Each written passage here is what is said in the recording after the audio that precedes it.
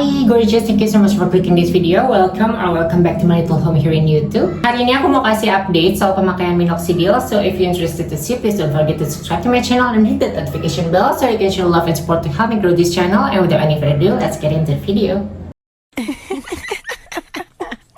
Untuk hari ini settingannya di kamar mandi dulu, nggak apa-apa ya, semoga nggak mengganggu. Soalnya aku males nyiapin backdrop dan segala macem, because I'm too lazy. That's why I never upload video YouTube lagi. Aku udah catat beberapa hal yang mau aku ngomongin hari ini. Pertama, pemakaiannya. Aku per hari ini udah mulai masuk bulan ketiga kalau nggak salah. Sebentar aku cek dulu ya dari video terakhir aku itu. Di sini sih tulisannya 2 bulan lalu. Jadi seharusnya aku udah mulai masuk bulan ketiga. Di bulan ketiga ini yang aku lihat perubahannya tuh lumayan signifikan. Nih, si baby hair aku tuh udah mulai banyak banget.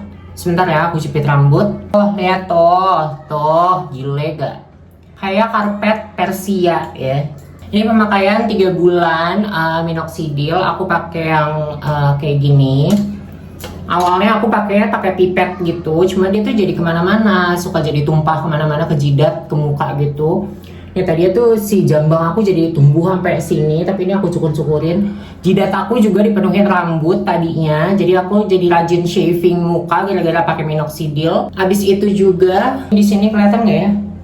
Ini di samping-samping sini tuh juga ada.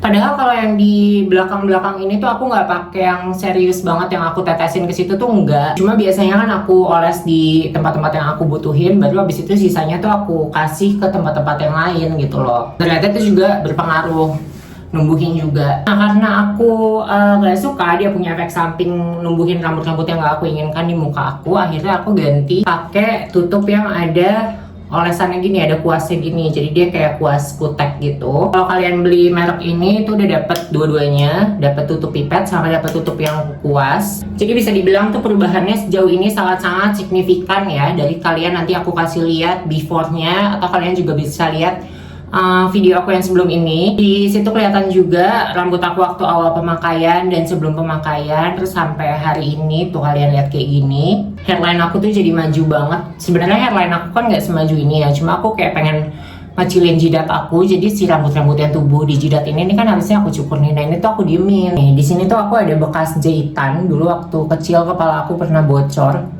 Ini ada bekas jahitan, kalau kalian bisa lihat. Tadinya tuh hairline aku nggak sampai nutupin si bekas jahitan ini, cuma sekarang udah sampai situ. Kayaknya sih jeleknya itu bikin aku tuh kelihatan kayak pakai wig gitu, karena dia maju banget kan. But it's okay, aku udah terbiasa disangkain pakai wig karena rambut aku cukup tebal. Alhamdulillah. Cara aku pakai, aku tadi udah bilang, aku sekarang pakai dioles gitu. Ya, aku contohin, dioles dikit aja di tempat-tempat yang aku butuhin aja gitu, jadi nggak di seluruh kepala. Udah gitu, sekarang aku udah nggak di fase shredding lagi. Jadi si fase shredding itu tuh berakhir di sekitar 1,5 bulan pemakaian mungkin ya, minggu-minggu ke 5, minggu ke 6 tuh udah mulai berkurang banget rontoknya. But again, perlu diingat kalau minoxidil itu bukan untuk menghentikan rontok ya, tapi menumbuhkan kembali rambut-rambut yang rontok yang nggak bisa tumbuh lagi. Cuma salah satu efek sampingnya itu tuh akan ada mengalami shredding, dimana rambut kita tuh bakalan rontok lebih banyak daripada biasanya. Fase itu tuh udah lewat, sekarang udah gak terlalu rontok lagi. Terus selain itu aku juga minum obat DHT blocker, dihydrotestosterone blocker. Si DHT ini tuh penyebab penumpukan testosteron di kulit kepala yang menyebabkan rambut kita tuh akhirnya jadi rontok dan bisa nggak tumbuh lagi. Jadi testosteron yang berlebih akhirnya menumpuk di kepala sampai akhirnya terjadilah kebotakan. Nah DHT ini gunanya untuk mengurangi obat ini gunanya untuk mengurangi DHT itu, namanya DHT blocker. Nggak sih, namanya bukan itu, but as usual, aku nggak akan nyebut obat di sini because I don't want to be responsible to any of you guys' decision. I highly suggest you to go to the doctor. Kalian bisa ke SPKK untuk konsultasi masalah rambut gitu ya. Si DHT blocker ini dia juga cukup membantu untuk terapi hormon aku, karena lagi-lagi salah satu cara kerjanya adalah ngeblok perkembangan testosteron yang berlebihan gitu kan. DHT blocker itu harus pakai resep dokter setahu aku, khususnya si merek yang aku pakai.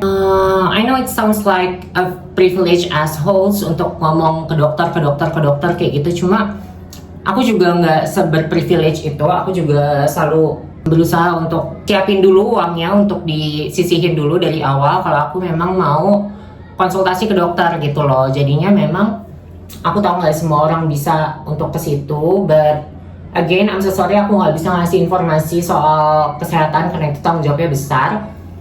Aku nggak pernah jawab soal pertanyaan dosis-dosis hormon apa yang aku pakai. DHT blocker ini juga aku nggak akan jawab aku pakai apa. Capek ya ini nggak pakai mikrofon jadi agak teriak-teriak.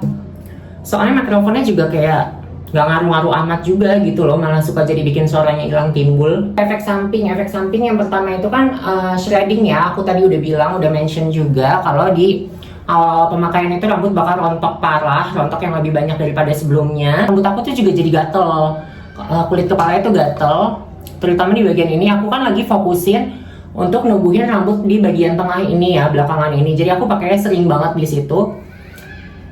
Nggak sering banget juga sih. Aku pakai itu awal-awal pemakaian aku pakai 2 kali sehari. Cuma dulu ditetes ya, yang tadi aku bilang tadi itu ditetes gitu pagi sama malam. Terus aku diemin 3 jam, jangan kena air, jangan mandi, jangan pakai helm, jangan tidur. Pokoknya pas-pasin aja waktunya supaya nggak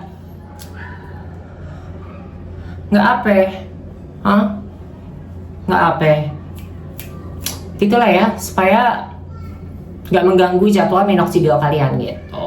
Cuma kesini-sini itu aku pakainya sehari sekali aja, biasanya sore menuju malam gitu aku pakainya beberapa jam sebelum aku tahu aku bakal tidur.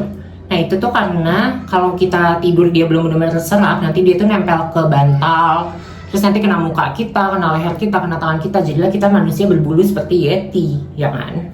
Jadi jangan. Yang paling ganggu tuh menurut aku tuh efek samping yang gatel itu tuh. Soalnya di sini tuh suka sampai jadi kayak berkerak, kayak dermatitis seboroid gitu. Suka sampai berkerak, terus suka aku garukin sampai perih, sampai gatel, sampai berdarah. Please jangan ditiru. Aku cuma kasih tahu sebagai info kalau itu tuh salah satu efek sampingnya gitu loh. Jadi kalau kalian ketemu aku di jalan, please jangan judge kalau di sini tuh aku suka ada putih-putih atau aku kelihatan suka garuk-garuk.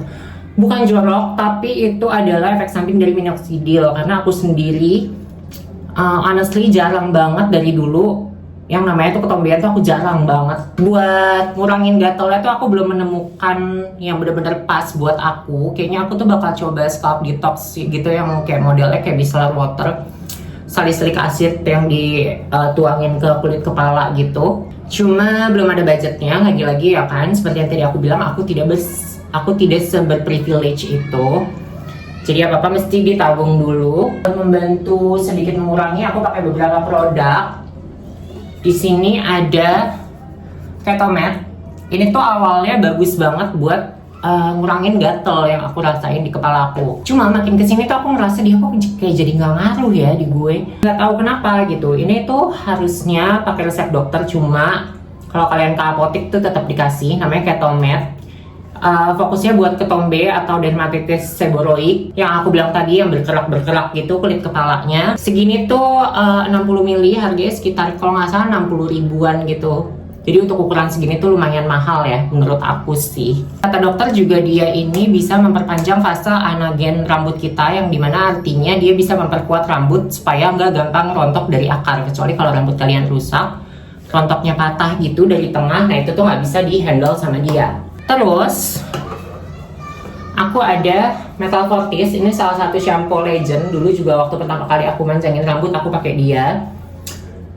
Buat manjangin rambut aku nggak merasa ada segitunya perubahan yang signifikan. Cuma kan dari dulu dia klaimnya kayak gitu ya, bisa manjangin rambut, numbuhin rambut, dan mengurangi rontok juga. Ya udah aku pakai aja, aku coba ini. Ini baru botol pertama aku setelah yang dulu banget aku pakai. Rasanya kayak apa ya?